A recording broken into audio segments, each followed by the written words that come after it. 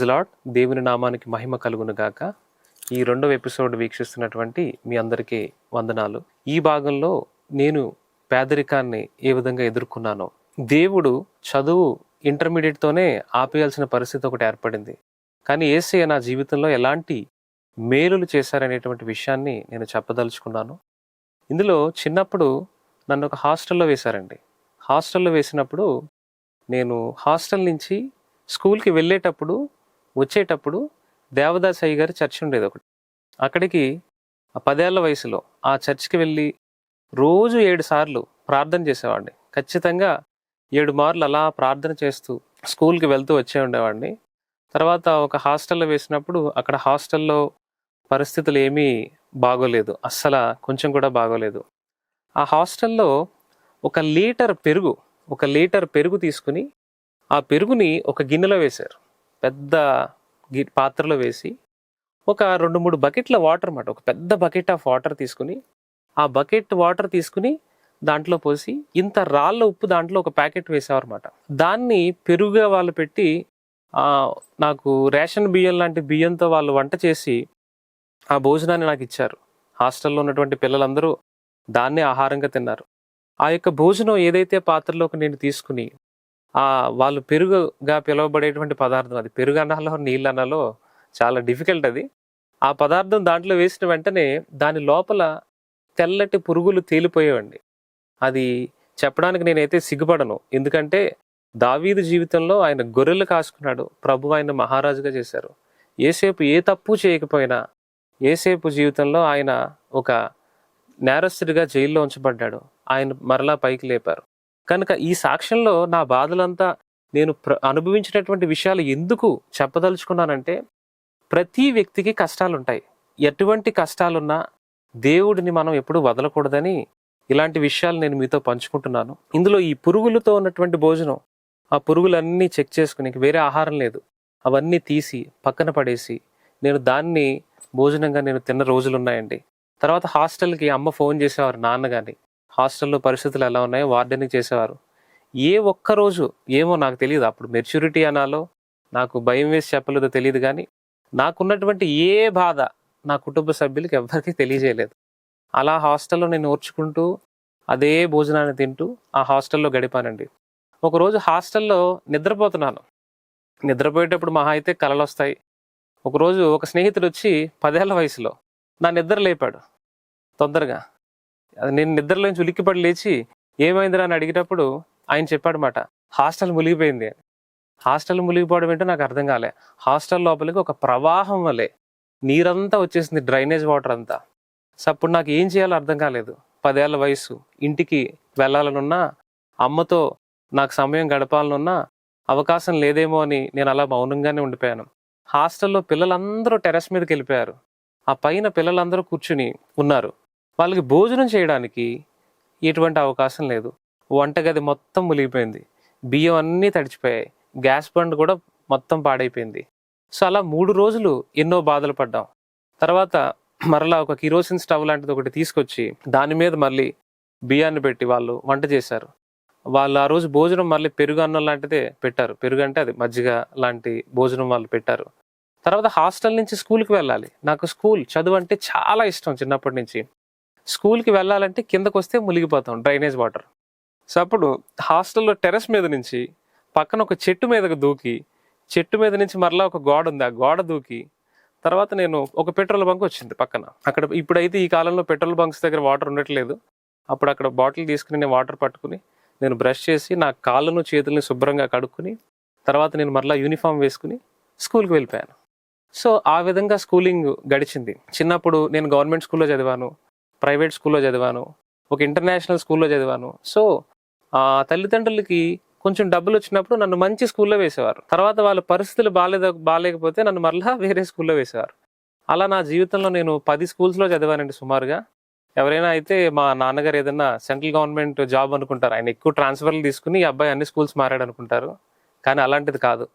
పరిస్థితులు, ఆర్థిక పరిస్థితులను బట్టి ఒక సాధారణమైన స్కూలు, ఒక మరలా ఇంగ్లీష్ మీడియం స్కూలు, మళ్ళీ ఒక ప్రభుత్వ పాఠశాల, తర్వాత మళ్ళీ ఇంటర్నేషనల్ స్కూల్, ఇలా అనేక స్కూల్స్లో చదువుకోవడానికి యేసయ్య నా జీవితంలో సహాయం చేశారు. నేను వీటన్నిటిని బట్టి చాలా సంతోషపడతాను. ఎందుకంటే ఒకే స్కూల్లో ఉన్నప్పుడు కొన్ని విషయాలు గుర్తించగలం. మనం రకరకాల స్కూల్స్, గవర్నమెంట్ స్కూల్లో పూర్ పీపుల్ ఉంటారు. వాళ్ళని కలిసినప్పుడు వాళ్ళ అనుభవాలు నాకు తెలుస్తాయి. ఇంటర్నేషనల్ స్కూల్స్లో కానీ, మంచి కాన్వెంట్స్లో కానీ ధనవంతులు, మధ్యతరగతి కుటుంబీకులు ఉంటారు. వాళ్ళ యొక్క భావజాలం, వాళ్ళ తల్లిదండ్రుల యొక్క ఆలోచనలు నాకు తెలుస్తాయి. సో ఇవన్నీ నాకు తెలియాలనేమో ప్రభు నా జీవితంలో సుఖదుఖాలను ఏ విధంగా అయితే దేవుడు జతపరుస్తాడో, ఈ చదువు విషయంలో కూడా అనేక ఒడిదుడుకులు ఆయన నా జీవితంలో జతపరిచారు. తర్వాత హాస్టల్లో ఉన్నప్పుడు ఒక ప్రభుత్వానికి సంబంధించి ఎస్ఎఫ్ఐ అని, student federation of India, PDSU అని, ఏబీవీపీ అని వాళ్ళు వచ్చేవారన్నమాట. తర్వాత నాకు కమ్యూనిస్ట్ భావజాలాలు కూడా కొన్ని ఏర్పడ్డాయి. వాళ్ళు ఒక పాట పాడేవారు, నాకు చాలా ఆశ్చర్యం వేసేది ఆ పాట. అమ్మ బాబోయ్ మన హాస్టల్ అన్నా దీనికన్నా పందుల దొడ్డిమిన్నా అని పాటలు వాళ్ళు పాడుతూ ఉంటే వాళ్ళు ప్రభుత్వానికి కంప్లైంట్ చేయడానికి, అంటే అమ్మ బాబోయ్ హాస్టల్ అన్నా దీనికన్నా పందుల దొడ్డిమిన్న, అంటే హాస్టల్స్ కంటే పందుల దొడ్డే ఎంతో మంచిది అని వాళ్ళు కొంచెం కమ్యూనిస్ట్ భావజాలంతో పాటలు రాసేవారు. తర్వాత నేను 10th క్లాస్ చదువుకోవడానికి యేసయ్య నాకు సహాయం చేశారు. ఆ 10th క్లాస్ పూర్తయిపోయింది. ఇంటర్మీడియట్ జాయిన్ అవ్వాలి. నాకు మంచి కాలేజీలో జాయిన్ అవ్వాలని ఉంది, కానీ ఎలా జాయిన్ అవ్వాలి, ఎటువంటి కాలేజీలో జాయిన్ అవ్వాలనేది నాకు మొత్తం అవగాహన ఉంది. దేవుడు మహాకృపను బట్టి నేను లైబ్రరీస్కి వెళ్ళడం, న్యూస్ పేపర్స్ చదవడం, అప్పుడు గ్రంథాలయాలు, ఇప్పుడైతే మనకి అన్ని డిజిటల్ బుక్స్, ఈ బుక్స్ వస్తున్నాయి. లైబ్రరీకి వెళ్ళి ఏమేమి కోర్సెస్ ఉన్నాయి, మనం ఏమి జాయిన్ అవ్వగలం, అలాంటి విషయాలన్నీ నేను తెలుసుకునేవాడిని. తర్వాత నాకు బైపీసీ ఇంట్రెస్ట్ ఉండేది, కానీ బైపీసీ అసలు చదవాలంటే చాలా, తర్వాత ఒకవేళ ఎంబీబీఎస్ చేయాలన్నా చాలా డబ్బులు అవుతాయి. సో అందుకని ఆ ఆశని నా మనసులోనే నేను దాన్ని చంపేసుకున్నాను. ఎవరికి తెలియచేయలేదు. వేణుగోపాల్ సార్ అని మా ఇంటికి ఆయన వచ్చారు సమ్మర్ హాలిడేస్లో. మీ అబ్బాయిని నారాయణ కాలేజీలో జాయిన్ చేయండి అని చెప్పారు. అప్పటికే కుటుంబ పరిస్థితి, ఆస్తులన్నీ కోల్పోయి ఉన్నారు. ఏ విధమైనటువంటి ఆధారం లేదు, దేవుడే నడిపిస్తూ ఉన్నాడు. సో మరి నారాయణ కాలేజీలో జాయిన్ చేయాలంటే చాలా ఫీజు అవుతుంది. సో ఆ సమయంలో మా నాన్నగారు, అమ్మగారు ఒక నిర్ణయం తీసుకున్నారు. మనకంటూ ఒక చిన్ని స్థలం ఉంది కదా, ఆ స్థలాన్ని అమ్మేసి ఫీజు కడదాం. తర్వాత వాళ్ళ దగ్గర కొంత బంగారం ఉంది, వాళ్ళ దగ్గర ఉన్నటువంటి ఇంకా మిగిలిన కొంచెం బంగారం, ఆ బంగారాన్ని కూడా అమ్మేసి నా యొక్క కాలేజ్ ఫీజుని వాళ్ళు పే చేశారు. అలా పే చేసినప్పుడు నేను ఇంటర్మీడియట్ నారాయణ కాలేజీలో జాయిన్ అయ్యాను. నారాయణ కాలేజీలో జాయిన్ అయిన తర్వాత నేను చాలా ఒత్తిడిని ఎదుర్కొన్నాను. కొన్ని క్లాసెస్లో నాకు ప్రతిరోజు వాళ్ళు చాలా స్ట్రెస్ చేసి చెప్పేవారన్నమాట. సో ఆ స్ట్రెస్ నాకు నచ్చలేదు. ఎందుకంటే నేను చదివింది పుట్టపర్తిలో, నాకు ప్రశాంతంగా నాకు ఫ్రీడమ్ ఇచ్చేస్తే నేను బాగా చదువుకోగలను, కానీ నన్ను స్ట్రెస్ చేసి ఒక పర్టికులర్ సిలబస్ ఇచ్చి చదవమంటే నేను చదవలేను. కానీ దేవుడు, ఆ కాలంలో నేను దేవుడు భక్తితో ఉండేవాడిని, ప్రార్థన చేసుకునేవాడిని. ఇన్ని చేసినా సరే సినిమాలకు ఎక్కువ వెళ్ళేవాడిని. వారానికి 5 సినిమాలు చూసేవాడిని. ఒక్క వారానికి నేను 5 సినిమాలు చూసేవాడిని. మీరు ఆలోచించండి. నాకు తెలిసి చాలామంది 1 సినిమా 2 సినిమాలు చూస్తారు. నేను ఒకేసారి ఉండొచ్చు కొంతమంది మహానుభావులు. నేనైతే ఒకరోజు 3 సినిమాలు చూశానండి. 3 సినిమాలు చూసిన తర్వాత 3వ సినిమా నేను మర్చిపోయాను. సో అలా సినిమాలు నేను ఎక్కువ చూసేవాడిని. చూసినా సరే ప్రిన్సిపల్ నన్ను పిలిచి ఆయన అడిగేవారు, ఎందుకు నువ్వు ఇలా సినిమాలకు వెళ్ళిపోతున్నావు, ఎగ్జామ్ పెడతానని చెప్పి ఆయన క్యాబిన్లో కూర్చోబెట్టి పరీక్ష పెట్టారు. ఎగ్జామ్ పెట్టిన తర్వాత మరలా 85, 90 మార్క్స్ వచ్చాయి.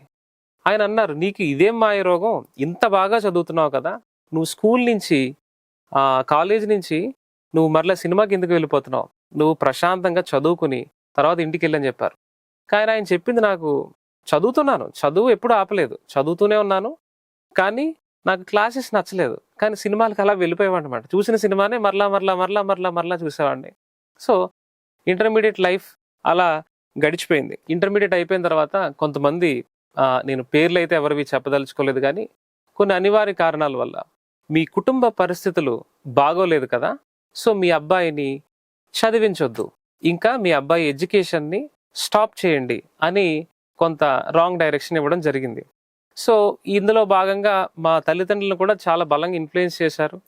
తర్వాత నాకు కాలేజ్ ఫీజు కట్టడానికి డబ్బులు లేవు.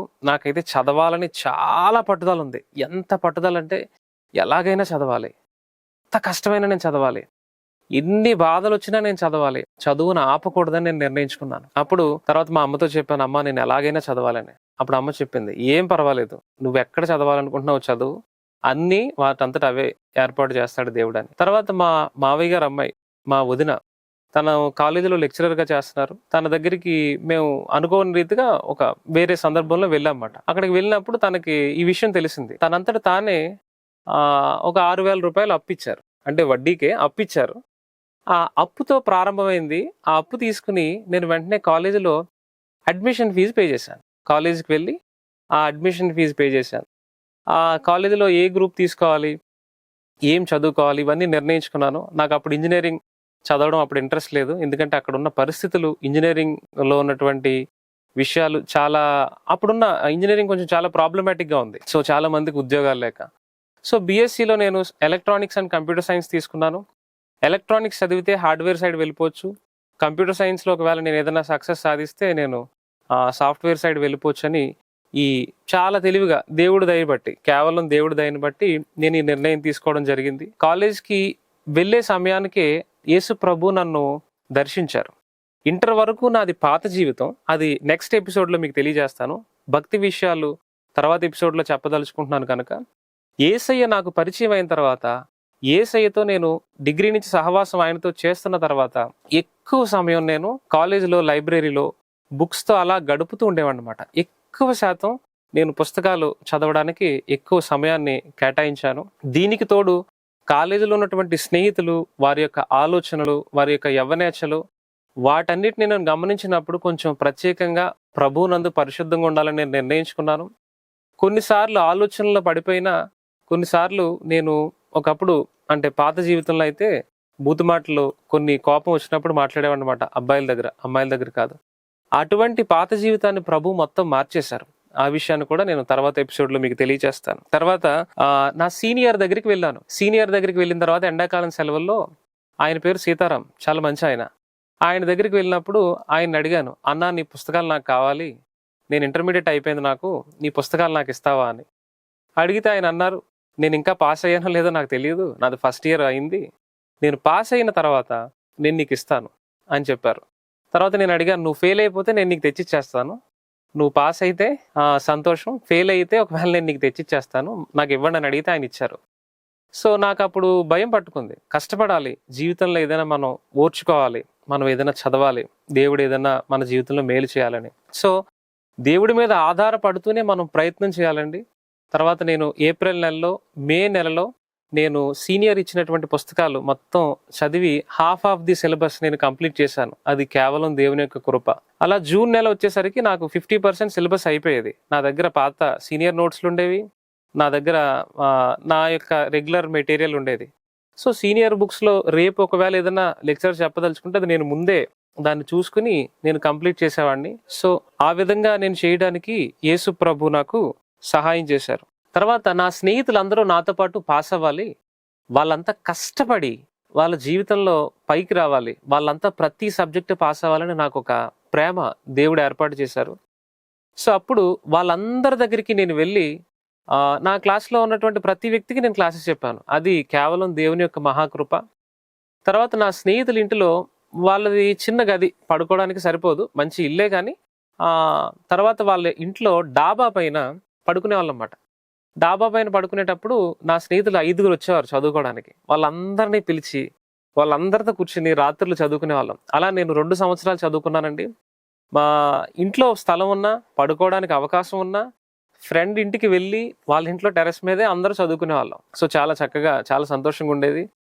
నా స్నేహితుడి యొక్క వాళ్ళ నాన్నగారు, వీళ్ళు చలిలో ఎందుకు పడుకుంటున్నారు ఇంత కష్టపడి, వీళ్ళు చదువుతున్నారు కదా అని ఆయనకు సంతోషం వేసి మొత్తం ఇంటి పైన మాకు ఒక ప్రత్యేకంగా పందిరి వేసేవారు అన్నమాట. ప్రతి సంవత్సరం మొత్తం ఒక పందిరి లాంటిది వేసి పిల్లలందరూ చదువుకోవడానికి ఆయన లైట్, ఫ్యాను అన్నీ ఏర్పాటు చేసి పెట్టేవారు. మేము ఆ పందిరి కింద చాపలు లాంటివి వేసుకుని మేము అక్కడ పడుకునే వాళ్ళం అన్నమాట. సో అలా స్నేహితులతో కలిసి చదువుకోవడానికి యేసయ్య నాకు సహాయం చేశారు. సో తర్వాత అందరికి ఒక టెన్షన్ ఉండేది. అందరికి ఉన్న టెన్షన్ ఏంటంటే, నేను ఎప్పుడు పాస్ అవుతాను, నోటీస్ బోర్డులో పెట్టేటప్పుడు నేను అదేమన్నా ఫెయిల్ అయిపోయిందా అని ఒక టెన్షన్ ఉండేది. నాకు మాత్రం ఒకటే టెన్షన్, నేను ఎప్పుడు పాస్ అవుతాను అనే టెన్షన్ నాకు లేదు, కానీ నా ఫీజు ఎప్పుడు కడతారు, నా ఫీజు ఇంకా ఎంత పెండింగ్ ఉంది, ఇంకా ఫీజు ఎప్పుడు కట్టాలి, లాస్ట్ డేట్ ఎప్పుడు, నాకు ఇది టెన్షన్. ఈ టెన్షన్స్తో నేను చాలా ఇబ్బంది పడేవాడిని. సో తర్వాత కాలేజీకి వెళ్ళేటప్పుడు సమైక్యాంధ్ర బంధులు వచ్చాయండి. సమైక్యాంధ్ర బంధులు, ఆంధ్ర తెలంగాణ విడిపోకూడదు, ఆంధ్ర తెలంగాణ కలిసే ఉండాలని ఆంధ్ర సైడు రాజమండ్రిలో కొన్ని బందులు చేసేవారు. అలా బందులు జరిగించినప్పుడు నేను సుమారుగా నెల రోజులు కాలేజీకి వెళ్ళలేదు. డిగ్రీలో నేను కాలేజెస్కి వెళ్ళలేదు. వెళ్ళకపోతే ఒక ఉత్తరం వచ్చింది కాలేజ్ నుంచి, ఎల్లో కలర్ లెటర్, ₹1/2 లెటర్. ఇప్పుడైతే నాకు తెలియదు దాని రేట్ ఎంతో. దాంట్లో రాశారు, మీ అబ్బాయి అమ్మాయి ఈ రోజు కాలేజీకి రాలేదు. అది రాసిన తర్వాత ఆ పోస్ట్ మ్యాన్ తెచ్చే మధ్యలో ఒక వ్యక్తి, వీధిలో ఉన్న వ్యక్తి అందరూ సంతోషంగా చదువుతూ తీసుకొచ్చారు, మీ అబ్బాయి కాలేజీకి వెళ్ళట్లేదంట. నాకు కోపం వచ్చింది, నాకు కొంచెం చిరాగ్గా అనిపించింది. సో తర్వాత మా నాన్నగారిని అడిగాను. అప్పుడు కాలేజీకి వెళ్ళడానికి ₹100, రావడానికి ₹100. యాక్చువల్గా బస్ టికెట్ ₹7, ₹10కి కడియంటూ రాజమండ్రి వెళ్ళిపోవచ్చు. అయితే ఆ ₹100 200 ఇచ్చారు. ఒక రోజు ఆటోలో బంద్ కదండి, ఇంకా ఆటోలో వెళ్ళేటప్పుడు ₹100, వచ్చేటప్పుడు ₹100, అలా 5 రోజులు ఇచ్చారు నాకు. తర్వాత నేను అడిగేటప్పుడు కాలేజీ లేదు, ఏమీ లేదు, డైలీ 200 అయిపోతున్నాయి, నేను ఇవ్వనని చెప్పారు. తర్వాత నేను స్నేహితుడిని అడిగి తనతో పాటు వేరే ఆల్టర్నేటివ్ వేలో వెళ్ళాను. ఒక రోజు నాకు కోపం వచ్చింది. తర్వాత సైకిల్ మీద, నేను ఉండేటువంటిది అప్పుడు వీరవరంలో ఉన్నాను, వీరవరం నుంచి సైకిల్ మీద నేను ప్రయాణం చేశాను. తర్వాత దేవుడు కాలేజ్కి వెళ్ళడానికి మా నాన్నగారు ఇంక నాకు డబ్బులు ఇవ్వనన్నారు. తర్వాత నాకు ఎలా అయినా కాలేజీకి వెళ్ళాలి, కాలేజ్ నుంచి ఇలాంటి లెటర్ రావడానికి వీలు లేదని సైకిల్ తీసుకుని సైకిల్ మీద నేను రాజమండ్రి వెళ్ళాను. క్లాస్మేట్స్ అందరూ ఆశ్చర్యపోయారు, నువ్వు అంత దూరం నుంచి సైకిల్ వేసుకుని ఎందుకు వచ్చావు? ఇక్కడ రాజమండ్రిలో మేము లోకల్లో ఉన్నాం కదా, మేమే రావట్లేదు చాలా మంది, అంత దూరం నుంచి సైకిల్ వేసుకుని ఎందుకు వచ్చాను? కాలేజీలో చాలా మంది షాక్ అయ్యారు, ఎందుకు అంత దూరం నుంచి ఈ అబ్బాయి ప్రయాసపడ్డాడని. నాకు చాలా పట్టుదల ఉంది, వెళ్ళాలి, సైకిల్ మీదైనా నేను కాలేజీకి వెళ్ళాలని. తర్వాత ఒక రోజు ఫ్రెండ్ బండి మీద వెళ్ళిపోయాను, ఆయన వచ్చేసారు వేరే దారిలో. రాజమండ్రిలో మోరంపూడి జంక్షన్ అక్కడ వరకు వచ్చాను. వచ్చిన తర్వాత ఒక లారీ ఆయన వచ్చారన్నమాట. లారీని లిఫ్ట్ అడిగితే ఆయన డ్రైవ్ చేస్తున్నాడు. డ్రైవ్ చేస్తూ ఆయన 3 రోజుల నుంచి ఎక్కడి నుంచి వస్తున్నాడు, ఏ ముంబై నుంచో కలకత్తా నుంచో, ఆయన ఇలా నిద్రపోతున్నాడు అనమాట. ఆయన నిద్రపోతే ఆయన దేన్ని గుద్దేస్తాడని నాకు టెన్షన్. సో ఆయన్ని కొంచెం అలా మాటల్లో పెట్టి వేమగిరిలో దిగిపోయి ఆయనకు ₹5 ఇచ్చి నేను దిగిపోయాను. తర్వాత అక్కడి నుంచి నేను నడుచుకుంటూ ఇంటికి వెళ్ళిపోయాను. నేను ఎక్కువ వాక్ చేసాను అనమాట. సుమారు నాకు ఒక 10 కిలోమీటర్లు నడవడం అంటే చాలా ఈజీ. దేవుడు అలాంటి శక్తినిచ్చారు, కేవలం దేవుని కృప. వాకింగ్ చాలా ఎక్కువగా చేసేవాడు అనమాట. సో కాలేజ్ ప్రయాణంలో నేను ట్రైన్లో కాలేజీకి వెళ్ళాను, రాజమండ్రిలో దిగి ఆ బంధుల సమయంలో స్నేహితుడితో ఒక రోజు ట్రాక్టర్ మీద వెళ్ళాను, లారీలో తిరిగి వచ్చాను, బైక్ మీద వెళ్ళాను, నడిచి వెళ్ళాను. సో ఇన్ని అనుభవాలు యేసయ్య నాకు ఇచ్చారు నా జీవితంలో. సో యేసయ్య నాకు ఇన్ని అనుభవాలు ఇచ్చిన తర్వాత కాలేజ్ ఫీజు ఫస్ట్ ఇయర్ అయిపోయింది, సెకండ్ ఇయర్ జరుగుతుంది. నాకు ఫీజు ఇంట్లో, నాకు 17 ఏళ్ల వయసు వచ్చిన తర్వాత నాకు తెలియకుండానే ఇంట్లో డబ్బులు అడగడానికి నాకు సిగ్గేసేది. ఎందుకంటే నా యొక్క ఆత్మాభిమానం నాకు అడ్డొచ్చి, అమ్మని డబ్బులు నేను అడగాలి, నాన్నని డబ్బులు నేను అడగాలి, నేను అడగను అనేటువంటి ఒక తీర్మానానికి వచ్చాను. వచ్చిన తర్వాత నేను మరి ఏదైనా పార్ట్ టైం జాబ్ చేద్దాం. మనం ఇప్పటి వరకు మంచి స్కూల్స్లో, ఇంటర్నేషనల్ స్కూల్స్లో, మంచి స్కూల్స్లో చదువుకున్నాం, ఇంటర్మీడియట్ నారాయణలో చదువుకున్నాం, డిగ్రీ ఫస్ట్ ఇయర్ అయిపోయింది, కంప్యూటర్ సైన్స్ పర్వాలేదు, బాగానే తెలుసు, మంచి మెరిట్ లాగే ఉన్నాం కదా. సో నేను ఏదైనా ఒక పార్ట్ టైం జాబ్ చేద్దామని సాక్షి పేపర్ తీసుకుని, ఈనాడు పేపర్, ఆంధ్రజ్యోతి, ఈవినింగ్ పేపర్, వార్త, అలాంటి పేపర్స్ అన్నిటిలో చూసి వీటిలో ఉద్యోగం ఎక్కడుంది, నేను ఇంత చదువుకున్నాను కదా, సో నాకు ఏదో ఒక పార్ట్ టైం వస్తుంది, దాని ద్వారా నా ఫీజు కట్టుకోవచ్చు, మా ఇంట్లో వాళ్ళని నేను అడగొద్దు, ఎందుకంటే వాళ్ళు అప్పటికే వాళ్ళ స్థలాన్ని ఇచ్చారు, వాళ్ళకు ఉన్నటువంటి బంగారాన్ని ఇచ్చారు, వాళ్ళకి ఎంతైతే ప్రయత్నం చేస్తారో వాళ్ళ శక్తి కొలది వాళ్ళు ఇచ్చారు, ఇంకా వాళ్ళని నేను ఇబ్బంది పెట్టొద్దని నా మనస్సులో నేను నిర్ణయం తీసుకున్నాను. తీసుకున్న తర్వాత పార్ట్ టైం జాబ్ చేస్తే మా నాన్నగారు అన్నారు, మనది ఈ క్యాస్ట్, మనం ఈ కులంలో పుట్టాం, మన కుటుంబం ఎలా బ్రతికాం, మనం ఏ పనికి వెళ్ళొద్దు, నువ్వు ఇక్కడే ఉండు, నేను కష్టపడి, నేను చదువుకోలేదు, నా జీవితం ఎలాగో పాడైపోయింది, నేను కష్టపడి నిన్ను చదివిస్తాను అని మా నాన్నగారు చెప్పేవారు. సో నేనేం చేశానంటే, నా స్నేహితుల్లో కొంతమంది పూర్ పీపుల్ ఉన్నారు, పేదవాళ్ళు ఉన్నారు, కష్టపడి వాళ్ళ తల్లిదండ్రులు పనిచేసే వాళ్ళు కూడా ఉన్నారు. వాళ్ళని చూసినప్పుడు నేను వాళ్ళతో పాటు ఆడుకోవడానికి నేనేం ఆటలాడేవాడిని కాదు. సో వాళ్ళు ఎండాకాలం వచ్చేసరికి ఏదో ఒక పని చేసేవారు. సో వాళ్ళ దగ్గరికి వెళ్తూ ఉన్నప్పుడు నేను అడిగాను, ఏం చేస్తున్నావు అంటే, వాళ్ళు ఉదయం నుంచి సాయంత్రం వరకు వాళ్ళ పొలాల్లో ఏదో ఒక పని చేసేవారు, సాయంత్రం మాత్రం ఏదైనా క్రికెట్ కానీ క్యారమ్ బోర్డ్ కానీ ఆడుకోవడానికి వచ్చేవారు. నేను ఇంట్లో ఉదయం నుంచి సాయంత్రం వరకు ఇంట్లో ఉండేవాడిని, ఏ పని చేయకుండా. ఏ పని అంటే ఎండాకాలం వేరే ఇంకే పని లేదు కదా. భోజనం చేసి సాయంత్రం ఈ పని నుంచి వచ్చినటువంటి స్నేహితుల్ని కలవడానికి నేను వెళ్ళేవాడిని. తర్వాత నాకు అర్థమైంది, వాళ్ళందరూ కష్టపడుతున్నారు, వాళ్ళకి పొలాలు ఉన్నాయి, వాళ్ళకి ఆస్తులు ఉన్నా సరే వాళ్ళు కష్టపడుతున్నారు, మా పరిస్థితి ఇప్పుడు బాగాలేదు, నేను ఖాళీగా కూర్చుని ఉన్నాను, నేను ఎందుకు కష్టపడకూడదు అనేటువంటి ప్రశ్న నాలో మెదిలింది. సో తర్వాత నేను వాళ్ళతో చెప్పాను, నేను కూడా మీతో పాటు ఏదైనా పని చేస్తానని చెప్పినప్పుడు వాళ్ళతో పాటు ఒక కవర్లో ఒక మట్టి వేయాలండి. ఆ పని చేసేటప్పుడు వాళ్ళు చాలా కష్టపడి చేసేవారు. వాళ్ళు 100 బ్యాగ్స్ సెట్ చేస్తే నేను 10 సెట్ చేసేవాడిని. నాకు అంత అలవాటు లేదు, ఎప్పుడు చేయలేదు. మళ్ళీ ఇంటికి వెళ్తే మా నాన్నగారు తిడతారు. సో అందుకని నేను 2 జతల బట్టలు మెయింటైన్ చేసి అక్కడ పొలం వర్క్ చేసేటప్పుడు అక్కడ ఆ జత పెట్టి ఇంటి దగ్గర మరలా నీట్గా వచ్చేవాడినమాట. సో అలా నేను 8 రోజులు నేను పనిచేశాను. 8 రోజులు పనిచేశాను. సో తర్వాత దాని నుంచి నాకు పెద్దగా ఉపయోగం ఏమీ లేదు, ఏమీ రాలేదు. వచ్చిన డబ్బులతో నేను న్యూడిల్స్ అవి ఫ్రైడ్ రైస్ తినేశాను. అయిపోయింది అప్పుడు ఆ వయసులో. సో కొన్ని డబ్బులు దాచుకున్నా.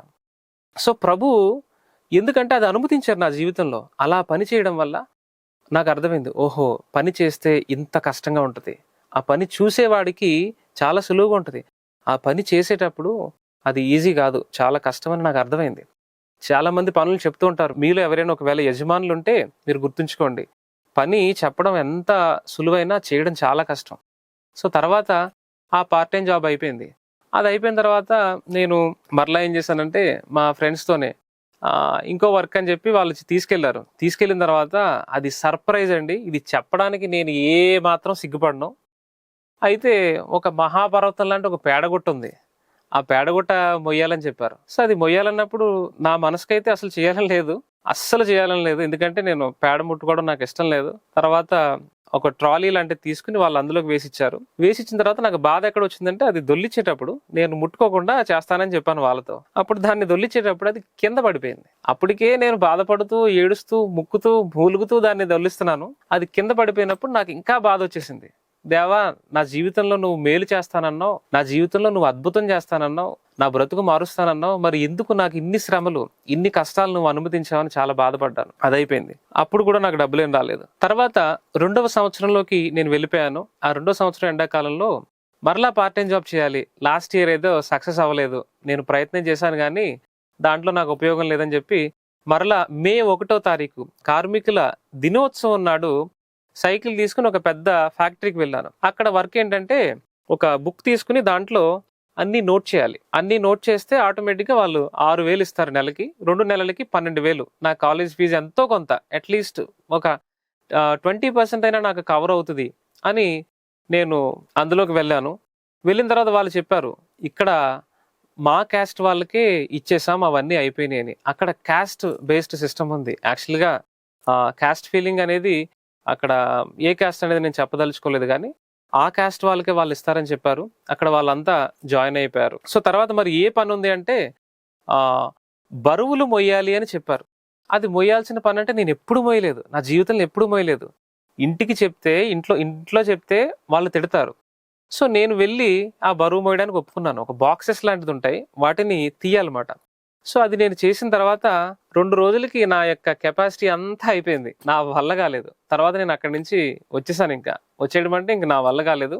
ఇంటికి వచ్చి ఆ విషయాన్ని ఇంట్లో ఎప్పుడు చెప్పలేదు. ఉద్యోగం వచ్చిన తర్వాత ఈ విషయాలన్నీ ఇంట్లో సర్ప్రైజ్ గా చెప్పాను. సో అలా పార్ట్ టైం జాబ్ చేశాను. ఆ పార్ట్ టైం జాబ్ అయిపోయిన తర్వాత మరలా స్నేహితులు అందరూ కొంతమంది పిసినారులు ఉంటారు, వాళ్ళంతా ఒక నిర్ణయం తీసుకున్నారు. మనం అందరూ పేపర్లో చూసి మనం ఏలూరు అనేటువంటి ఒక ప్రాంతానికి వెళ్దాం. ఏలూరులో పార్ట్ టైం జాబ్స్ ఉన్నాయంట, కంప్యూటర్లో డేటా ఎంట్రింగ్ చేయాలి. సో అక్కడికి వెళ్ళినప్పుడు మనం పార్ట్ టైం జాబ్ చేయొచ్చు. సో వాళ్ళు డబ్బులు ఇస్తారు, 9,000 వస్తుందని చెప్పారు. ఓకే, కంప్యూటర్లో డేటా ఎంట్రింగ్ కదా, నాకు ఇప్పటికే కంప్యూటర్ సైన్స్ 2 years అయిపోయింది, సో వండర్ఫుల్ గా వెళ్దామని చెప్పి ఈ ఏలూరు పార్ట్ టైం జాబ్ కి వెళ్ళాలని నేను బలంగా నిర్ణయించుకున్నాను. ఇంట్లో 500 రూపాయలు తీసుకుని అమ్మ నేను 10,000తో వస్తాను, 20,000తో వస్తానని చెప్పి స్నేహితులందరితో వెళ్ళిపోయాను. అప్పుడు నోకియా ఫోన్స్ రబ్బర్ పెట్టుండేవి, ఇప్పుడైతే లేవు. సో అప్పుడు నేను వెళ్ళిన తర్వాత ఏలూరు వెళ్ళాం, రైల్వే స్టేషన్లో కూర్చున్నాం. పార్ట్ టైం జాబ్కి ఎవరైతే మాకు అసైన్ అయ్యారో వాళ్ళు వస్తానని చెప్పారు. మార్నింగ్ వెళ్ళాం మేము, 10 అయిపోతుంది, ఎవరు రాలేదు. మధ్యాహ్నం 12 అయిపోయింది, ఎవరు రాలేదు. 3 అయిపోయింది, రైల్వే స్టేషన్లో ఉన్నాం, ఎవరు రాలేదు. సాయంత్రం 5 గంటలకు వచ్చారు, పార్ట్ టైం జాబ్స్ అయిపోయాయండి, వేరే జాబ్ ఉందని చెప్పారు. మేము ఎంతో ప్రయాణం చేసి అంత దూరం వెళ్ళాం. సో ఆయన చెప్పారు మాట గ్లూకోజ్ డబ్బాలు అమ్మాలని చెప్పి. నాకు అస్సలు ఇష్టం లేదు, ఎందుకంటే ఇప్పటికే విసిగిపోయి ఉన్నాను, చిరాకు వచ్చేసి ఉన్నాను. ఇన్ని సంవత్సరాలు ఏ పార్ట్ టైం జాబ్ సక్సెస్ అవ్వలేదని. అయితే స్నేహితులందరూ చేద్దాం ఖచ్చితంగా అని చెప్పి వాళ్ళు ఫిక్స్ అయిపోయారు. ఫిక్స్ అయిపోతే నేను ఒక్కడనే వెనక రాలేను. సో వాళ్ళతో పాటు సరే అని చెప్పిన తర్వాత నాకు మెడికల్ షాప్ ఇచ్చారు, ఒక టేబుల్ వేశారు, అది అమ్మాలని చెప్పారు. Then I sold it. చాలా ఫాస్ట్గా నేను సింపుల్గా, అంటే నాకు కేకలేయడం అరవడం అలా నాకు ఇష్టం ఉండదు. సింపుల్గా దాన్ని ఏమో దేవుడు మహాకృపను బట్టి అది అమ్మేశాను. తర్వాత అక్కడ కొన్ని ఇబ్బందులు పడిన తర్వాత నేను చాలా ఎక్కువ సంపాదించానని మీరు అనుకుంటున్నారేమో, -2500 మాట. మా స్నేహితులకు అప్పయిపోయాం అక్కడికి వెళ్ళిన తర్వాత. సరిపోయి అక్కడ వసతులు ఉండేవి కాదు. అయితే నాకు అది కూడా ఫెయిల్యూర్ అయిపోయింది. అప్పటి నుంచి నాకు ఏలూరు అంటే పెద్ద ఇష్టం ఉండదు. తర్వాత ఏలూరు నుంచి నేను మరలా ఇంటికి వచ్చేసాను. ఇలా ప్రభు ఈ పార్ట్ టైం జాబ్స్ అన్నిట్లో నన్ను ఏం చేశారంటే, చాలా మందికి తిరగలంటే ఇప్పుడు తెలియదు పిల్లలకి, మిక్సీ గ్రైండర్ అనుకోవచ్చు. తిరగలలో గోధుమలు కానీ బియ్యం కానీ వేసి దాన్ని ఇలా గ్రైండ్ చేస్తే, సో అది ఎలా అవుతుందంటే ఫస్ట్ అది లొంగదు, గరుగుతనం ఉంటుంది, చాలా గరుగుతనం ఉంటుంది. సో తర్వాత అది ఏమవుతుందంటే మృదు స్వభావానికి వస్తుందన్నమాట. అలాగే నా జీవితంలో ప్రభు ఏం చేశారంటే నన్ను నలిపారు. అంటే పేడ మోయించి, నా చేత బరువులు మోయించి, నా చేత గ్లూకోజ్ డబ్బాలు అక్కడికి తీసుకెళ్ళి, పొలం పనులకు తీసుకెళ్లి దేవుడు అలా మొత్తం నల్లగొట్టిన తర్వాత నాలో ఉన్నటువంటి స్వభావం నాలో మారుతూ వచ్చింది. I became little softer. అంటే కష్టాలు ప్రభు ఎందుకు అనుమతిస్తారంటే మనము సాఫ్ట్ గా అవ్వాలి. చాలా మంది అంటారు, మా అబ్బాయి అది అవ్వాలండి, మా అబ్బాయి పెద్దగా ఇది అవ్వాలనండి, మా అబ్బాయి మంచి ఉన్నతమైన స్థితికి వెళ్ళాలండి. ఫస్ట్ ఖచ్చితంగా మీరు ఏది అవ్వాలన్నా సరే మొట్టమొదట మీరు గుర్తుపెట్టుకోవాల్సింది, మీరైనా నేనైనా, కష్టాన్ని మన జీవితంలో మనం అనుమతించాలి. ప్రభు దాన్ని అనుమతిస్తే దాన్ని స్వీకరించాలి. ఆ కష్టం ఎంత బరువైనా ఎంత భారమైనా దాన్ని ఓర్చుకోవాలి. సో అలా నేను ఓర్చుకున్నాను. దేవుడు, నేను ఒంటరిగా ఉన్నప్పుడు రాత్రులు నిద్ర పట్టేది కాదు. ఏంటి ఇన్ని కష్టాలు నాకు దేవుడు అనుమతించారని. కొన్ని నేను కోరి తెచ్చుకున్నవే, ఇంట్లో కూర్చొని తినచ్చు, కానీ నాకు ఇష్టం లేదు, నా మనసు ఒప్పుకోవట్లేదు, నా మనస్సాక్షి ఒప్పుకోవట్లేదు ఖాళీగా కూర్చొని తినాలంటే. సో నేను ఏదో ఒకటి చేయాలి, ఇంట్లో చెప్పకుండా చేయాలి, ఇంట్లో వాళ్ళు ఎవ్వరికి చెప్పకుండా సైలెంట్గా చేయాలని ఇన్ని ప్రయత్నాలు చేశాను. సో తర్వాత దాని నుంచి అవ్వలేదు. తర్వాత నేను టెక్ మహీంద్రా అనేటువంటి ఒక కంపెనీకి క్యాంపస్ ఇంటర్వ్యూ అప్లై చేశాను కాలేజ్ తరపున. కాలేజ్ లైఫ్లో ఇంకో కొన్ని విషయాలు చెప్పాలి. కాలేజీలో నేను 5 యూనిట్లు ఉండేవాడిని. 5 యూనిట్స్ డిగ్రీ టైంలో నేను 2 యూనిట్స్ చదివేవాడిని, మిగిలిన 3 చదివేవాడిని కాదు. ఎందుకు అంటే నేను చదవలేక కాదు, నాకు రెఫరెన్స్ బుక్స్ చదవడం, ఆ 2 యూనిట్లో ఉన్నటువంటి డెప్త్ ఏంటో తెలుసుకోవడం నాకు చాలా ఇంట్రెస్ట్. లైబ్రరీకి వెళ్ళి లైబ్రరీని నేను విసిగించేవాడిని. ఆ పుస్తకం కావాలి, ఆ బుక్ ఓపెన్ చేయాలి, ఆ బుక్ ఓపెన్ చేయాలని. ఆయన ఓపెన్ చేసేవారు కాదు. దానికి తాళాలు లేవు, ఎవడు అడగలేదు, ఆ ర్యాక్ ఎప్పుడు నా జీవితంలో ఓపెన్ చేయలేదని. దానికి తాళం మరలా కోయించి ఆ ర్యాక్ని కూడా ఓపెన్ చేయించేవాడిని అనమాట. సో ఆయన అంత శ్రద్ధగా ఆ బుక్స్ అన్ని తీసుకుని నేను శ్రద్ధగా చదివేవాడిని. అది కేవలం దేవుని యొక్క కృప. మరి పుస్తకాలు నాకు పెద్దగా ఇంట్రెస్ట్ లేదు, చదవడానికి ఒక అద్భుతమైన అనుభవం ఉంది. అది నెక్స్ట్ ఎపిసోడ్లో మీకు తెలియజేస్తాను. ఎలా చదువు మీద నాకు దేవుడు ఇంట్రెస్ట్ కలిగించారు, ఎలా చదువు మీద ప్రభు ఆసక్తి కలిగించారనేది నెక్స్ట్ ఎపిసోడ్లో చెప్తాను. అయితే ఇలా మొత్తం రెఫరెన్స్ బుక్స్ చదవడం, వేరే వేరే పుస్తకాలు చదవడం, అవన్నీ చదివి ప్రతి దాని నుంచి నోట్స్ రాసుకునేవాడిని. ఇది రాసుకునే సమయానికి మార్చ్ వచ్చేసరికి 3, 4, 5 యూనిట్స్ కవర్ చేయడానికి నాకు అవకాశం లేదు. But I have a good subject. అప్పుడు 3, 4, 5 అలా కవర్ చేస్తూ ఐ గాట్ సమ్ 70 to 80% కొన్ని ఇయర్స్లో. సో అలా నేను స్కోర్ చేస్తుండేవాడిని. లేదు ఓన్లీ సిలబస్ చదివితే మేబీ 95 అలా వచ్చేవేమో. కానీ నన్ను ఏమో ప్రభు ఆ విధంగా కూడా నన్ను నడిపించలేదు. ఎందుకంటే ప్రభు నన్ను రీసెర్చర్ గా చూడాలనుకున్నారేమో, అందుకని ప్రభు ఆ సమయంలో నన్ను ఆ విధంగా నడిపించారు. సో అలా చేసిన తర్వాత ఈ టెక్ మహీంద్రాకి 1000 మంది వెళ్ళారు ఇంటర్వ్యూకి. 1000 మంది వెళ్ళిన తర్వాత 1000 మందిలో 900 మందిని వెనక్కి పంపించారు. తర్వాత 100 మందిలో 90 మందిని పంపించారు. తర్వాత 10 మందే ఉన్నారు. నాకు టెన్షన్. అప్పటికే 3 రౌండ్లు అయిపోయినాయి. ప్రభు నాకు ఈ ఉద్యోగం వచ్చేయాలి అని ఫిక్స్ అయ్యాను. ఏదైతే నెక్స్ట్ రౌండ్కి నేను వెళ్తున్నానో వెళ్ళేటప్పటికి 6గురిని మాత్రమే ఫైనల్గా సెలెక్ట్ చేస్తారు. దేవుని మహాకృపను బట్టి 6గురిలో నేను లేనండి. ఎందుకు లేను అంటే నన్ను ఇంకా 4 కొట్టాలని దేవుడు ఇష్టపడ్డారు. 6గురిలో నేను లేను. కాలేజీలో ఇంత బాగా చదువుతాను, క్లాస్లో ఏ డౌట్ వచ్చినా అందరూ నన్ను వచ్చి అడుగుతారు. సో నేను వేరే వాళ్ళకి ఎక్స్ప్లెయిన్ చేయగలుగుతున్నాను, లెక్చరర్స్తో నేను బాగా మంచి ప్రశ్నలు వేయగలుగుతాను, లైబ్రరీతో మంచి రిలేషన్ ఉంది, లైబ్రరీలో ఉన్నటువంటి రెఫరెన్స్ బుక్స్ అన్ని నేను చదివాను. మరి ఇన్ని బాధలు పడ్డాను. And I have a promise of God. దేవుని యొక్క వాగ్దానం ఉంది. దేవుడు చెప్పారు, దేశం యొక్క ఉన్నత స్థలముల మీదకి నేను నిన్ను ఎక్కించదునని. మరి దేవుడేమో అబద్ధం ఆడడు. రాజకీయ నాయకులు అయితే ఒకవేళ చెప్పి నెరవేర్చకపోవచ్చు. కన్న తల్లిదండ్రులు ఒక మాట చెప్పి వాళ్ళు మన జీవితంలో నెరవేర్చలేకపోవచ్చు. మరి ఇన్ని బాధలు ఉన్నాయి కదా, మరి నేను ఎలా, నాకు ఉద్యోగం రాలేదని చాలా బాధపడ్డాను. తర్వాత మా పాస్టర్ గారు ఇంటికి వచ్చారు, అహరోన్ ఫిన్ని గారు. తర్వాత ఆయన పెదనాన్నగారే నాకు. సో మేమిద్దరు కలిసి గంగవరం లిటిల్ ఫ్లాక్ మినిస్ట్రీస్ అని గంగవరంలో ఒక మినిస్ట్రీ ఉందండి, చర్చ్. అక్కడికి వెళ్ళినప్పుడు కేరళ నుంచి ఒక పాస్టర్ గారు వచ్చారు. ఆయన పేరు రెజిమోన్ గారు. ఆయన దగ్గరికి వెళ్ళినప్పుడు ప్రేయర్ చేశారు. He's a prophet. ఆయన ప్రవచనం చెప్తారు. అంటే దేవుడు చెప్తేనే ఆయన చెప్పేటువంటి వ్యక్తి. దేవుడు చెప్పకుండా నా ఎదురుగా ఎవరు వచ్చారు, ఏదో ఒకటి చెప్పి పంపించాలి, ఏదో ఒకటి మేనేజ్ చేసి పంపించాలి అనేటువంటి వ్యక్తి కాదు.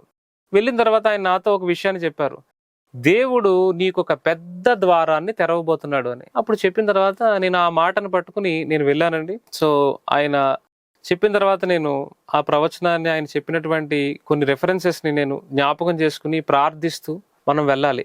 చాలా మంది అనుకుంటారు నేను న్యూ ఇయర్ రోజు ఒక కార్డు తీసినా జరిగిపోద్ది, అదేం చిలకొచ్చి తీసేది కాదండి. చిలకొచ్చి చిలక జ్యోతిష్యులు ఉంటారు, ఆ చిలకొచ్చి ఒకటి తీస్తుంది అనమాట. ఆ ఏ కార్డు వస్తే అది జరుగుద్ది అనుకుంటారు. చిలక జ్యోతిష్యం లాంటిది కాదు వాగ్దానం అంటే. మనకి ప్రభువు బైబిల్లోంచి ఒక వచనం తీసినప్పుడు అందులో ఒక వాగ్దానం వచ్చిన, కొత్త సంవత్సరం రోజు మనం తీసుకునేటువంటి వాగ్దానమైన ఆయన కళల ద్వారా, దర్శనాల ద్వారా అనేక రీతిలుగా ప్రభు మాట్లాడతారు. ఆ మాట, ఆ వాగ్దానం మన జీవితంలో నెరవేరాలి అంటే మనము దానికి తగినట్లుగా మనం జీవించాలి. దాని గురించి ప్రతిరోజు ఎత్తిపెట్టి ప్రార్థించాలి. ప్రతిరోజు దాని గురించి మనం ఏదో ఒక ప్రయత్నం చేయాలి. అలా చేసినప్పుడు వాగ్దానం నెరవేరుతుంది. కొంతమంది ఒక వాగ్దానం తీస్తారు, ఆ దేవుడు చెప్తాడనమాట, నేను నిన్ను ఉన్నతంగా చేస్తానని చెప్తాడు. అది పక్కన పెట్టేసి ఫుల్గా తిని పడుకుంటారు. అలా ఉన్నప్పుడు ఏమవుతుందంటే ఆ వాగ్దానం నెరవేరదు. ఎందుకంటే ప్రభు యొక్క వాగ్దానము, మానవుని యొక్క ప్రయత్నము రెండు కలిసినప్పుడే మన జీవితాల్లో అద్భుతాలు జరుగుతాయి. చాలా మంది అనుకుంటారు ఆయన చెప్పారు జరగలేదు, ఈయన ఇది చెప్పారు జరగలేదు. ఆయన చెప్పింది జరగకపోవడం కాదు, దానికి తగినట్లుగా మన హృదయాన్ని మనం పెట్టుకోలేదు. దీనికి బైబిల్లోంచి ఒక రెఫరెన్స్ కొరింథియన్స్ లో ఉంటది, ప్రేమ లేని వాడనైతే ప్రవచనములైనను నిరర్ధకములగును, భాషలైనను నిలిచిపోవునని. అది చదివినప్పుడు నాకు అర్థమైంది, ప్రేమ లేకపోతే, మనం అందరినీ ప్రేమించలేకపోతే ఏవైనా నిలిచిపోతాయి, భాషలైనా నిలిచిపోతాయని ప్రభు చెప్తున్నారు, ప్రవచనాలైనా నిరర్ధకములగుతాయని చెప్తున్నారు. అందుకే బైబిల్లో చాలా మంది ఒక వచనాన్ని పట్టుకుని మొత్తం వాళ్ళ యొక్క భావజాలాన్ని తెలియజేస్తారు. కానీ మొత్తం ఆదికాండం నుంచి ప్రకటన వరకు ప్రభు మనకి ఏం చెప్తున్నారు దాని గురించి అర్థం చేసుకున్నప్పుడు మన కంటికి కొన్ని విషయాలు మాత్రమే అర్థమవుతాయి. ఆత్మలో గ్రహించడం అనేది ఒక్కొక్క భక్తునికి ఒక్కొక్క రీతిగా ఉంటుంది. అయితే ఈ ఉద్యోగానికి వెళ్ళినప్పుడు ఏమైందంటే, ఆ తర్వాత ఈ మాట పట్టుకుని నేను వెళ్ళాను, ఈ ప్రవచనాన్ని పట్టుకుని వెళ్ళాను. తర్వాత దేవుని మహాకృప, నేను ఆఫ్ క్యాంపస్లు, ఆన్ క్యాంపస్లు, అన్ని క్యాంపస్ ఇంటర్వ్యూలు అటెండ్ అయ్యానండి.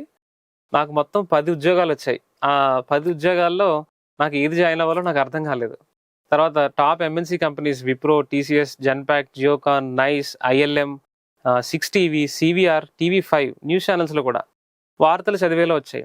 సో వార్తలు చదివేలా ఈ అబ్బాయి వార్తలు చదివేలా దేవుడు ఉద్యోగం ఇచ్చారు అని చెప్పి మా బంధువులు శ్రీను గారు అని ఉంటారు, ఆయన పెదనాన్నగారు అవుతారు, చిన్న శ్రీను గారు అని పిలుస్తారు. ఆయన నన్ను మండపేటలో ఒక స్టూడియోకి తీసుకెళ్లారు చిన్నప్పుడే. అప్పుడు నా వయసు 19 సంవత్సరాలు. ఆ స్టూడియోకి వెళ్ళినప్పుడు అక్కడ మొత్తం లైట్స్, ఇలాగే ఇక్కడ 2 లైట్స్ ఉన్నాయి, అక్కడ అలా ఒక 16 లైట్స్ పెట్టారు. తర్వాత వార్తలు చదవమన్నారు. తర్వాత నాకు అక్కడ న్యూస్ ఛానల్ ఏం చెప్పారంటే, మీరు పర్సనాలిటీ చాలా సన్నగా ఉన్నారు, సో మీరు స్క్రీన్ ముందు అంత కనిపించరు కదా, so you give the voice over, మీరు వెనకాలండి మీరు మీ వాయిస్ని ఇవ్వండి, మీరు కొంచెం పెద్ద అయిన తర్వాత మీరు బాగా ప్రాక్టీస్ చేసి ట్రైనింగ్ తీసుకుని అప్పుడు టీవీ ఛానల్లో మీరు జాబ్కి ఫుల్గా అప్లై చేయండి అని చెప్పారు. సో తర్వాత నాకు దాని మీద ఇంట్రెస్ట్ ఉండేది.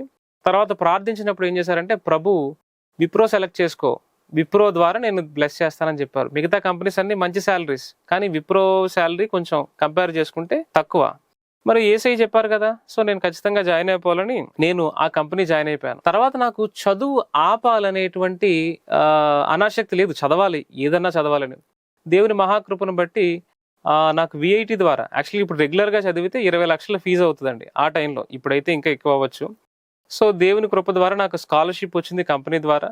నేను విఐటి యూనివర్సిటీలో ఎంటెక్ని కంప్లీట్ చేశానండి. సో ప్రభు నాకు ఒక మాస్టర్స్ ఇచ్చారు, చాలా సంతోషం. ఇంటర్మీడియట్లోనే 6,000 రూపాయలు ఫీజు అప్పు తెచ్చుకున్నాం మనం, కాలేజ్ ఫీజు కట్టడానికి డబ్బులు లేకపోతే. నా స్నేహితుడు, ఇంకొక విషయాన్ని కూడా ఇందులో గుర్తు చేయాలి, నా స్నేహితుడికి 3 ఎకరాల పొలం ఉందండి. 3 ఎకరాల పొలం, ఒక్కొక్క ఎకరం ఇప్పుడైతే ₹1,00,00,000, అంటే 3 కోట్లు. వాళ్ళకి గేదెలు ఉన్నాయి, వాళ్ళకి స్థలం ఉంది, సొంత ఇల్లు ఉంది, 12 సెంట్ల స్థలం ఉంది. ఆయనకు కూడా కాలేజ్ ఫీజు కట్టడానికి డబ్బులు లేవు. నా పరిస్థితి అయితే వేరేలా ఉంది, ఆయనకు కూడా కాలేజ్ ఫీజు కట్టడానికి డబ్బులు లేవు. కొంతమందికి స్థలాలున్నా పొలాలున్నా వాటి నుంచి ఏమీ రాకపోవచ్చు. అయితే సెకండ్ ఇయర్ లో మా ఫ్రెండ్ వాళ్ళ అమ్మగారు వేరే ఆల్టర్నేటివ్ ఏదో అరేంజ్ చేస్తే then we paid the fees, అంటే ఇమీడియట్ గా లాస్ట్ డేట్ మిస్ అవ్వకుండా. సో ఆ విధంగా ప్రభు నడిపించారు. సో నేను మీకు చెప్పదలుచుకుంది, ఇప్పుడు ఇందులో డబ్బులు లేవు, నేను ఇలా బాధలు పడ్డానని చెప్పడానికి నేను అస్సలు సిగ్గుపట్టలేదు. ఇందులో మీకు ఇంకొక ఉదాహరణ చెప్తాను. బైబిల్లో దావీదు గొర్రెలు కాసుకునే వ్యక్తి, అంటే దావీదు పేదవాడు. అయితే తర్వాత ఆయన్ని మహారాజు చేశాడు దేవుడు, ఒక చక్రవర్తిగా చేశాడు, అనేక రాజ్యాలు ఆయన జయించాడు, అయిపోయింది. అదే ఎంజాయ్మెంట్ ఆ యొక్క ధనాన్ని, అంటే పేదరికంలో పుట్టి ధనంలోకి వెళ్లారు దావీదు గారు. తర్వాత ఆయన యొక్క కుమారుడు సొలొమోను ఇంకా రాజభోగాలు అనుభవించేలా ప్రభు ఏర్పాటు చేశారు. మరి అదే తరంలో మనం కిందకు వస్తే ఆ దావీదు వంశంలోనే జన్మించారు యేసయ్య తండ్రి అయినటువంటి యేసయ్య పైన వడ్రంగి పని చేశారు. చూసారండి? అంటే మనుషులు మనం గుర్తుపెట్టుకోవాలి, ఎప్పుడు తల్లిదండ్రులు ఒక 7 తరాలో 5 తరాలో ఆస్తులు అనేవి ఒక్కొక్కసారి జీరో అయిపోతాయి, ఒక్కొక్కసారి మరలా పైకి తీసుకెళ్తాడు. ఆ తర్వాత అదే వంశంలో, ఏ వంశంలో అయినా సరే, పిల్లలు బద్దకస్తులైనప్పుడు మీ ఆస్తులు మీ పిల్లల్ని కాపాడవు. మీ ఆస్తులు ఒకవేళ మీ పిల్లలు, చాలా మంది అనుకుంటారు నేను ఎక్కువ ఆస్తిని సంపాదించాను, నా పిల్లలు బతికేస్తారని. అస్సలు అది నమ్మొద్దండి, ఖచ్చితంగా అది జరగదు. ఎందుకంటే బైబిల్లోనే కాదు, అనేక మంది జీవితాల్లో 7 తరాలు 10 తరాలు మీరు చూసుకున్నప్పుడు ఆస్తి మీద ఆధారపడినప్పుడు అది మనకు అక్కడికి రాదండి ఖచ్చితంగా. ఒకవేళ చాలా మంది అనుకుంటారు నేను డబ్బులన్నీ దాచి నేను ఎల్ఐసి కట్టుకుంటాను, నేను వేరేదేదో స్కీమా కట్టుకుంటాను, 60 సంవత్సరాల తర్వాత నాకు ₹1,00,00,000 వస్తాయని. ఆ టైంలో మనవడు వచ్చి తల పగలు కొట్టుకుని పట్టుకెళ్ళిపోతాడు. సో ఆస్తి అనేది, అంటే ఎల్ఐసి కట్టడం కంటే, ఎల్ఐసి అని కాదు, మీరు ఏ స్కీమా కట్టడం కన్నా వాటిలో కొన్ని డబ్బులు పేదవాళ్ళకి మీరు ఉపయోగిస్తే దానివల్ల చాలా ఆశీర్వాదం మనం పొందుతాం. దాని ద్వారా మనకి స్పిరిచువల్ బ్లెస్సింగ్ పైనుంచి దేవుడు మనల్ని ఆశీర్వదిస్తాడు. అలాంటి కార్యక్రమాలు చేయాలి. సో తర్వాత నేను మాస్టర్ ఆఫ్ డివినిటీ చదవడానికి యేసయ్య కృపనిచ్చారు. తర్వాత నేను మాస్టర్ ఆఫ్ థియాలజీ చదవడానికి యేసయ్య కృపనిచ్చారు. తర్వాత నేను ఎంఏ ఇంగ్లీష్ చదువుతున్నాను. తర్వాత నేను ఎంఏ సోషియాలజీ నేను చేశాను. తర్వాత ఎంబీఏ, అది ఇప్పుడు ఆల్మోస్ట్ అయిపోవచ్చింది. దాని తర్వాత నేను ఎంఏ ఫిలాసఫీ చేశాను. సో ప్రభు ఇలా నాకు 7 పీజీలు చేయడానికి నాకు కృపనిచ్చారు. ఒక్కొక్కసారి నేను ఆర్డర్లో చెప్పమంటే నేను ఆలోచిస్తాను అనమాట. సో మొదటగా ఆయన ఎంటెక్ ఇచ్చారు, ఎండివి ఇచ్చారు, ఎంటీహెచ్ ఇచ్చారు, ఎంఏ సోషియాలజీ ఇచ్చారు, ఎంఏ ఫిలాసఫీ ఇచ్చారు, తర్వాత ఎంఏ ఇంగ్లీష్ ఇచ్చారు, దాని తర్వాత ఎంబీఏ ఇచ్చారు. సో ఇలా ఈ 7లో 5 సంపూర్ణంగా పూర్తి అయిపోయినాయి, 2 రన్నింగ్ లో ఉన్నాయి. సో 7 పీజీలు నేను చేయడానికి యేసయ్య నాకు సహాయం చేశారు. కొన్ని అయితే ఇంటర్నేషనల్ పీజీస్ చేయడానికి, కొన్ని ఆఫ్రికా, యూకే, యుఎస్ అఫ్లైటెడ్ ఉన్నటువంటి కాలేజెస్ ద్వారా నేను చేయడానికి యేసయ్య సహాయం చేశారు. కాబట్టి మీలో ఎప్పుడైతే పట్టుదల ఉంటుందో, మీలో ఎప్పుడైతే దేవుని మీద నిరీక్షణ కలిగి ఉంటారో దేవుడే సహాయం చేస్తాడండి. నేను నా జీవితంలో 20 లక్షల ఫీజు కట్టాలి, ఆ 20 లక్షల ఫీజు నాకు ఫ్రీగా వచ్చింది. తర్వాత నేను ఎక్కడో ఫారిన్ స్టూడెంట్స్ కి నేను క్లాస్ చెప్పాలనుకున్నాను. దేవుడు మహాకృపను బట్టి లక్సంబర్గ్, జర్మనీ, ఫ్రాన్స్ ఇలాంటి వాళ్ళల్లో ఉన్నటువంటి ఫారిన్ స్టూడెంట్స్ కి నేను క్లాసెస్ చెప్పడానికి దేవుడు నాకు సహాయం చేశారు. సో ఆ విధంగా నేను ఫారిన్ స్టూడెంట్స్ కి కూడా నేను క్లాసెస్ చెప్పాను. అలా చెప్పిన తర్వాత కొన్నిసార్లు నాకు ఆఫ్రికా నుంచి ఏదో ఒక రిక్వెస్ట్లు వచ్చేవి. ఆన్లైన్ కదండి, ఇప్పుడు ప్రపంచంలో ఎవరెవరితో అయినా కనెక్ట్ అవ్వచ్చు. అలా వచ్చినప్పుడు వాళ్ళకి నేను క్లాసెస్ చెప్పేవాడిని. వాళ్ళు నాకు ఒకవేళ ₹100 పే చేస్తే నాకు ఏం వచ్చేది కాదు. వాళ్ళ కరెన్సీలో 100 అంటే నా కరెన్సీలో రూపాయి మాట. ఇంకా అలాంటి కంట్రీస్ కూడా ఉన్నాయి. వాళ్ళకి నార్మల్గా చెప్పి వాళ్ళ దగ్గర ఫీజు తీసుకునేవాడిని కాదు. నీ చుట్టుపక్కల ప్రాంతాల్లో ఏదైనా ఒక మంచి పని చేయని నేను చెప్పి ముగించేవాడిని. సో ఎప్పుడైతే ఇంటర్మీడియట్ తో చదువు ఆపేయాలి అనేటువంటి పరిస్థితి ఎదురైందో, సో యేసయ్య నా జీవితంలో ఈ 7 పీజీలు చేయడానికి యేసయ్య నాకు సహాయం చేశారు. కాబట్టి చదువుకోవాలి. మానవుడి జీవితంలో దేవుడు ఖచ్చితంగా ఉండాలండి. ఒకవేళ అవకాశం ఉంటే చదువు ఖచ్చితంగా ఉండాలి. చదువు ఉన్నప్పుడు మనం అందరినీ అర్థం చేసుకోగలం, అందరితో మంచిగా మాట్లాడగలం. నిజమైన ఎడ్యుకేషన్. చాలా మంది అనుకుంటారు చదువుకోవడం అంటే 95 మార్కులు రావడం. చిన్నప్పుడు ఒక్కొక్కరు వచ్చి నన్ను అడిగేవారు, ఎరా అబ్బాయి ఎన్ని మార్కులు అని. వాళ్ళకి చెప్పేవాడిని 70 మార్క్స్ అంకుల్ అని. 70యా? మా అబ్బాయికి 95 అని చెప్పేవారు. తర్వాత ఇంకొకరు వచ్చి నన్ను అడిగేవారు, నీది ఎన్నో ర్యాంక్ అని. నాది 2nd ర్యాంక్ అని చెప్పేవాడు. నాకు ఎప్పుడు 2nd వచ్చేది స్కూల్లో. అయితే 2nd ర్యాంక్ అంకుల్ అని చెప్పేవాడు. ఇది 2nd, మా అబ్బాయి 1st అనేవారు. సో ఎందుకు ఇటువంటి కంపారిజన్ ఉండేదో మరి నాకు తెలియదు. సో ఆ చదువు మనకి సంస్కారాన్ని తెలియచేయాలి. ఈ చదువుకునేటప్పుడు నేనేం నేర్చుకున్నానో మీకు చెప్తాను. ఎంటెక్ లో నేను టెక్నాలజీ చదివేటప్పుడు సాటర్డే సండే నేను క్లాసెస్కి వెళ్ళేవాడిని. ఆ క్లాసెస్కి వెళ్ళి మళ్ళీ 5 days ఆఫీస్. సో ఏదైతే నేను చదువుతున్నానో దాన్ని రియల్ కేసులో నేను ప్రాక్టికల్ గా మనం అప్లై చేయగలగాలి. సో అలా చేసినప్పుడు మనకు దీవెన వస్తుందండి. బైబిల్లో టెక్నాలజీ ఉంటుంది, అది మనకు కనిపించదు, అది మరుగై ఉంటుంది. తర్వాత నేను సమాజ శాస్త్రం చదవాలి. ఈ కుల మతాలు భారతదేశంలో ఉన్నాయి అనేక చోట్ల. మన భారతదేశంలో అయితే కులాలు మతాల ద్వారా మనం రకరకాలుగా ఉంటాం. ఆఫ్రికాలో అనుకోండి తెగలు, ట్రైబ్స్ ఉంటాయి. ట్రైబ్స్ ద్వారా మనుషుల్ని విభజిస్తారు. తర్వాత అమెరికాలో అయితే రేస్ అంటే తెలుపు నలుపు జాతి వివక్షత ఉండేది. సో ఒక చోట జాతి వివక్షత, ఒక చోట ఏమో వర్ణ వ్యవస్థత, ఇలా రకరకాల వివక్షలు. సో వీటన్నిటిని బట్టి నాకు అర్థమైంది సోషియాలజీ, సమాజ శాస్త్రం అనేది నేను చదవాలని. అంటే మనం ఒక గ్రూప్ తీసుకుంటున్నప్పుడు అది ఎందుకు తీసుకుంటున్నాం అనేది మనకు ఒక ప్రశ్న ఉండాలి. సో అది తీసుకుని అది చదివినప్పుడు నాకు అర్థమైంది, మనుషులందరూ ఒకటే అండి. ఇప్పుడు రక్తం కావాలి, ఎవరైనా అడుగుతారా నువ్వు మా కులమేనా, నువ్వు మా కులానికి చెందిన వ్యక్తి అని ఎవరు అడగరు. వెంటనే ఆ రక్తం వెంటనే తీసుకుంటారు, ఎందుకంటే అది అవసరం. సో కాబట్టి మనుషులందరూ సమానం అనేటువంటి భావజాలంలో నేను పెరిగాను. ఆ సోషియాలజిస్ట్ అంటే సమాజాన్ని అర్థం చేసుకునేటువంటి వ్యక్తి. ఆ సోషియాలజీ చదివినప్పుడు యేసయ్యలో నేను ఒక గొప్ప సోషియాలజిస్ట్ ని చూశాను. తర్వాత ఫిలాసఫీ చదివాను. అది చదివినప్పుడు యేసయ్య, Jesus is the best philosopher. ఇంకా ఆయన్ని మించిన తత్వం ఏమీ లేదు. ఎందుకంటే ఆయన చెప్పిన ఫిలాసఫీ ఏంటి, నిన్ను వల్ల నీ పొరుగు వారిని ప్రేమించు అని చెప్పారు ఆయన. అంటే నిన్ను నువ్వు ఎంత ప్రేమించుకుంటావో నీ పొరుగువాడిని అలా ప్రేమించాలని చెప్పారు. సో ఆయన చాలా విషయాలు, ఎన్నో గొప్ప విషయాలు చెప్పారు. అంటే ఇది వాక్యం కాదు కాబట్టి నేను చెప్పట్లేదు. అంటే ఆయనలో ఒక మంచి తత్వవేత్త ఉన్నారు. అంటే మనం చదివే ప్రతి సబ్జెక్ట్ లో ఆ మంచి విషయాల్లో యేసయ్య మనకు కనిపిస్తారు. మనం చదివినప్పుడు ఆయన యొక్క జీవితం, ఆయన సేవ చేసింది 2.5 సంవత్సరాలే, కానీ ఆయన ఆ సిలువ వరకు వెళ్లే ముందు ఆయన ఏవైతే చేశారో అవన్నీ మనం గమనించినప్పుడు మనం అనేక గొప్ప విషయాలు తెలుసుకుంటాం. ఆయన జీవితం నుంచి అనేక గొప్ప పాఠాలు మనం నేర్చుకుంటాం. సో ఇవన్నీ చదివినప్పుడు నాకు చాలా సంతోషంగా అనిపించింది. బైబిల్లో ఒక మాట ఉంటుంది, వెండిని సంపాదించుట కంటే జ్ఞానము సంపాదించుట మేలు, అపరంజిని సంపాదించుట కంటే జ్ఞానలాభం పొందుట మేలని సామెతల్లో ఉంటుంది. కాబట్టి నా ఇంట్లో అలా జరిగిందని నేను అనుకుంటాను. ఉన్నటువంటి స్థలాన్ని వాళ్ళు అమ్మేశారు, నన్ను చదివించారు. తర్వాత ఉన్నటువంటి బంగారాన్ని వాళ్ళు అమ్మేశారు, నన్ను చదివించారు. సో ప్రభు ఏవైతే కోల్పోయామో అవన్నీ మరలా తిరిగి ఇస్తూ ఉన్నాడు. ఏవైతే మిస్ అయిపోయామో, ఏవైతే పూర్వవాస్తులు పోయాయో అవన్నీ ఒకటొకటిగా ప్రభు ఇస్తున్నారు. కాబట్టి ఏదైతే మనం కోల్పోతామో అది తిరిగి మరలా మనకి ఇస్తాడండి. యాక్చువల్గా ప్రసంగి గ్రంథంలో ఉంటుంది, పోయేది పోతానే ఉంటుంది, వచ్చేది వస్తానే ఉంటుంది. ఎక్లీజియాస్టిక్స్ అది చదివితే ఇంకా చాలా విషయాలు మనకు తెలుస్తాయి. అది కూడా ఇక్కడ ప్రస్తావించదలుచుకోలేదు. సో దేవుడు ఈ విధంగా నన్ను నడిపించారు.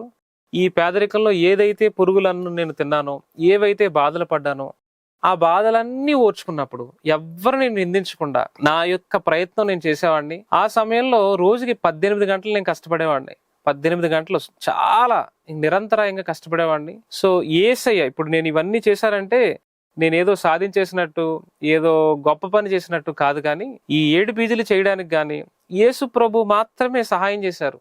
దేవుడు మన పక్కన ఉన్నప్పుడు మనకి బలం వస్తుందండి. దేవుడు మన పక్షాన్ని ఉన్నప్పుడు మనం ఆటోమేటిక్గా ఏదైనా చేయగలం. ఇప్పుడు ఒక 2 సున్నాలు ఉన్నాయి, నేను 2 సున్నాలు అంటుండే, ఆయన వచ్చి నిలబడ్డాడు అనుకోండి పక్కన, ఒక 100లా కనిపిస్తాం. యేసయ్య మన పక్కన ఉంటే will get the completeness. So కాబట్టి దేవుడు నా పక్షాన్ని నుండి నాకు చదువు విషయంలో అనేక సహాయాలు చేశారు.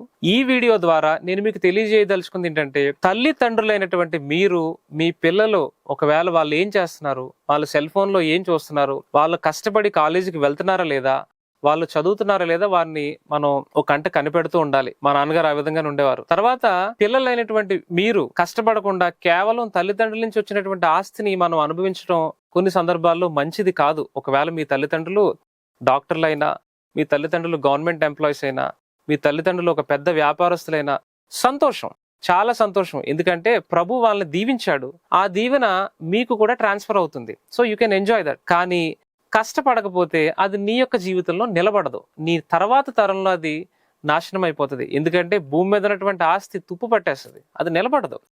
కాబట్టి నువ్వు జాగ్రత్త పడి దాన్ని అభివృద్ధి చేయడమో లేదు దాన్ని కొనసాగించడమో చేయాలి. అలా చేసినప్పుడు నువ్వు ఒక మంచి కుమారుడిగా ఉంటావు, నీ ఇంట్లో నువ్వు ఒక మంచి కుమార్తెగా ఉంటావు. బద్ధకం అనేది అస్సలు ఉండకూడదండి. నాకు అసలు నిద్ర చాలా తక్కువ పడుకునేవాడిని. ఒక రోజు ఇంకొక సందర్భం, ఇది ఫినిషింగ్కి వచ్చినా ఇది కూడా చెప్తున్నా. ఒక రోజు కరెంట్ పోయింది. ఆ కాలంలో కరెంట్ పోయేది. కరెంట్ పోయినప్పుడు మా ఫ్రెండ్ ఇంట్లో చదువుతున్నాను. చిన్ని సెల్ ఫోన్ తీసుకుని, అంటే సెల్ ఫోన్ ఇక్కడ ఉంది తీస్తున్నాను, ఇది ఇంత పెద్ద ఫోన్ కాదు, చిన్ని ఫోన్ అనమాట. అందులో లైట్ వేసుకుని అలా చదివేసాం అనమాట. నైట్ అంతా అలా చదివేస్తుంటే మా ఫ్రెండ్ వాళ్ళ నాన్నగారు 2 o'clock వచ్చారు. ఆయన వాష్రూమ్కి ఎక్కడికి వెళ్ళడానికి. ఆయన చూశారు, వీడేంటి రాత్రులు దెయ్యంలో చదువుకుంటున్నాడు. 2 o'clock 2:30 వరకు చదివి 2:30 అయిపోయేది. తర్వాత 4 o'clock నా ఫ్రెండ్స్ నిద్ర లేపేవాడిని. వాళ్ళని 4 నుంచి లేపితే వాళ్ళు 6కి లేచేవారు. కానీ నాకు వాళ్ళందరూ చాలా ఇష్టం. అయితే దేవుడు అలా కష్టపడేవాడిని. అలా కష్టపడి చదివినప్పుడు మీరు ఆశీర్వాదంగా ఉంటారు.